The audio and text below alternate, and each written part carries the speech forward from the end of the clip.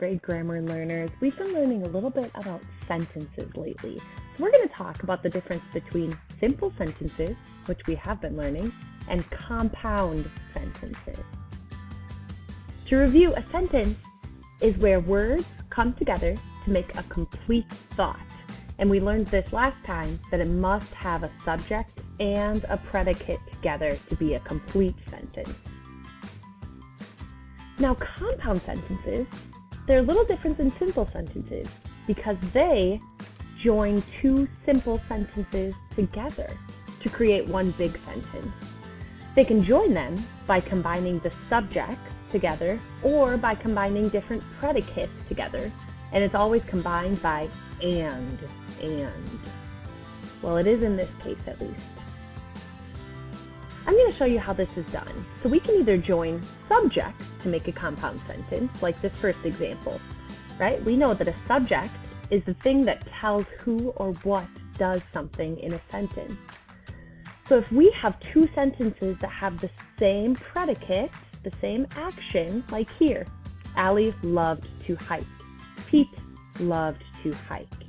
All we have to do is combine the subjects to make one sentence. As you can see here, I have these little arrows. We have the same predicate here. They have the same action going on, but we have two different people. So we can combine them like this and say, Allie and Pete loved to hike. So combining two subjects together with the same predicate, that can make a compound sentence. We can also do this in reverse. We can join predicates together to make a compound sentence. Remember that the predicate is the part that tells the subject what it does or is. So if two sentences have the same subject, Trey was born in Duluth and Trey enjoys hiking, we can combine the predicates to make one sentence. As you can see, they have the same subject. Trey is the same subject, that's his name, but they have different predicates here. Trey was born in Duluth, and Trey enjoys hiking. We're going to combine these predicates together, but keep the same subject. So all we have to do is put Trey, he's the subject for both. One was born in Duluth, and combining the compound, and enjoys biking.